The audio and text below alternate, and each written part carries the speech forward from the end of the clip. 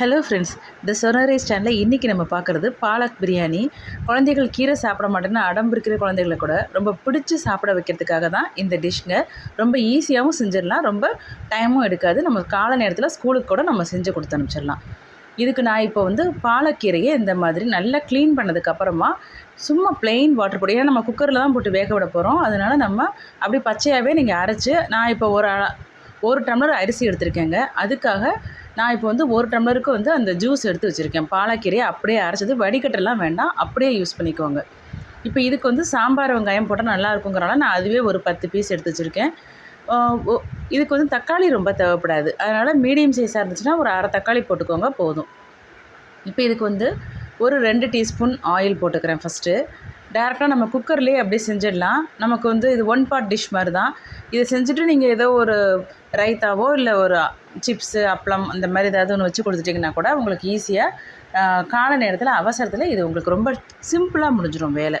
இப்போ இதுக்கு ஒரு 2 பிரிஞ்சி இலை எடுத்திருக்கேங்க, 2 சின்ன துண்டு பட்டை, 2 கிராம்பு, 2 ஏலக்காய். இதுக்கு சோம்புக்கு பதிலாக நான் ஜீரகம் போட்டுக்கிட்டேன். ஏன்னா கீரை இருக்கிறதுனால ஜீரகம் போட்டிங்கன்னா இன்னும் கொஞ்சம் சீக்கிரமாக நல்லா செரிமானம் கொடுக்கும். அதனால் நான் அது மாதிரி போட்டுக்கிட்டேன். இப்போ இதுக்கு நம்ம சும்மா குழந்தைகளுக்கு கொடுக்குறோங்கிறதுனால நான் சும்மா முந்திரி பருப்பும் போட்டுக்கிறேன். இதுக்கு இஞ்சி பூண்டு பேஸ்ட் உங்கள்கிட்ட இருந்துச்சுன்னா நீங்கள் அதை போட்டுக்கோங்க. நான் இன்றைக்கி அவசரமாக செய்கிறதுனால இஞ்சி பூண்டு பேஸ்ட்டு போடல, சும்மா 3 பல்லு பூண்டை தட்டிட்டு போட்டிருக்கேன்.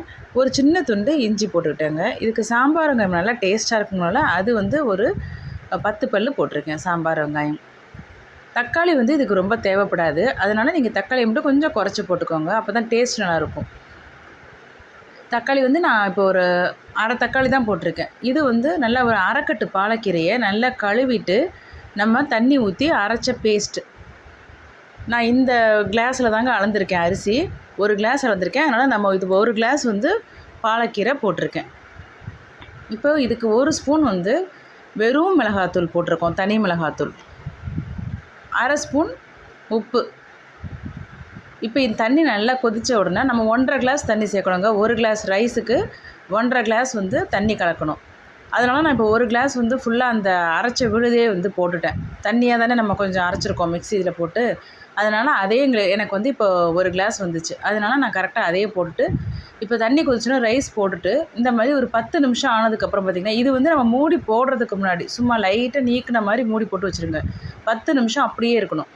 அதுக்கப்புறமா தான் இந்த மாதிரி கொஞ்சம் வெந்து வருதில்ல, அப்போ இந்த மாதிரி நீங்கள் சிம்மில் வச்சுட்டு, ரொம்பவும் சிம் வைக்காதீங்க, ஒரு மீடியம் சிம்மில் வச்சுட்டு கரெக்டாக 10 நிமிஷங்க ரைஸ் உங்களுக்கு வெந்துடும். பிரியாணி ரெடி ஆகிடுது. நமக்கு இப்போ ஸ்கூல் டைமுக்கு ரொம்ப ஈஸியாக செஞ்சு கொடுக்குறதுக்கு இது உங்களுக்கு யூஸ்ஃபுல்லாக இருக்கும்னு நினைக்கிறேன். பிடிச்சிருந்தா நம்ம சேனலை சப்ஸ்கிரைப் பண்ணிக்கோங்க ஃப்ரெண்ட்ஸ்.